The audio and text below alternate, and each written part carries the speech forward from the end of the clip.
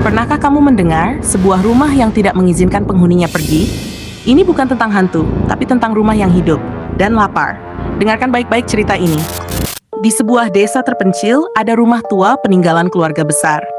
Rumah itu terkenal angker, namun Sinta, seorang mahasiswi, tetap memutuskan untuk tinggal di sana sementara waktu untuk menyelesaikan skripsinya. Ia mewarisi rumah tersebut dari almarhum neneknya, dan menurutnya, semua rumor hanyalah cerita warga untuk menakut-nakuti. Malam pertama berjalan normal, sampai tepat pukul 7, terdengar bunyi langkah kaki di lorong panjang.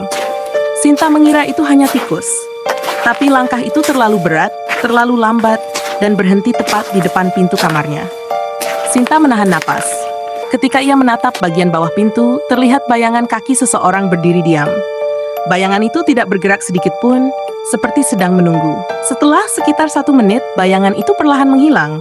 Esoknya, Sinta bertanya kepada warga sekitar. Mereka hanya saling bertatapan tanpa mau menjawab.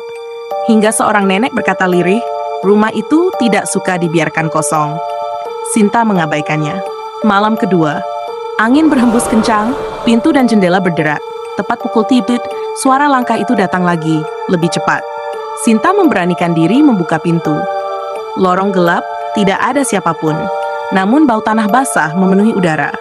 Ketika ia berjalan ke ruang tengah, ia melihat kursi goyang neneknya bergerak sendiri. Di atasnya, terdapat foto keluarga lama. Tapi ada yang aneh. Di foto itu, Sinta melihat dirinya berdiri bersama keluarga besar.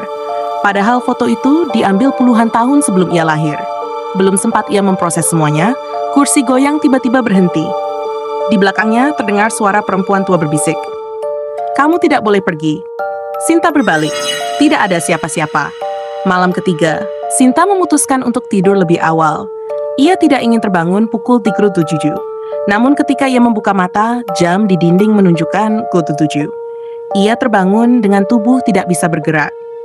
Suara langkah itu datang lagi, kali ini dari dalam kamarnya. Dengan sudut mata, ia melihat sosok neneknya berdiri di samping ranjang. Tatapannya kosong, wajahnya pucat keabu-abuan. Mulut neneknya bergerak, namun suaranya seperti terdistorsi. "Jangan tinggalkan rumah ini hidup, rumah ini lapar." Sinta berusaha berteriak tapi tidak bisa. Tiba-tiba dari lantai keluar tangan-tangan hitam meraih kaki dan tubuhnya. Dalam hitungan detik, seluruh tubuhnya seperti ditarik ke dalam lantai. Namun ketika ia menutup mata, semuanya berhenti. Sinta terbangun di pagi hari. Ia mengemasi barang dan memutuskan pergi dari rumah itu. Saat ia menutup pintu untuk terakhir kalinya, terdengar suara kursi goyang dari dalam, padahal semua jendela tertutup. Akhir setibanya di kota, Sinta merasa lega. Namun malamnya, pukul Zulzikodu, ia mendengar suara langkah kaki di depan pintu apartemennya. Ketika ia menatap bagian bawah pintu, bayangan kaki yang sama ada di sana. Belum sempat ia bergerak, terdengar suara perempuan tua berbisik. "Kamu tetap milik rumah itu?" Lampu kamar berkedip, kursi goyang bergoyang sendiri, dan perlahan, lantai apartemennya mulai retak seperti tanah basah. Karena rumah itu tidak ingin ditinggalkan, dan ia tahu kemana Sinta pergi. Kalau kamu merinding, berarti cerita ini menemukanmu. Masih banyak kisah yang menunggumu di tengah gelap.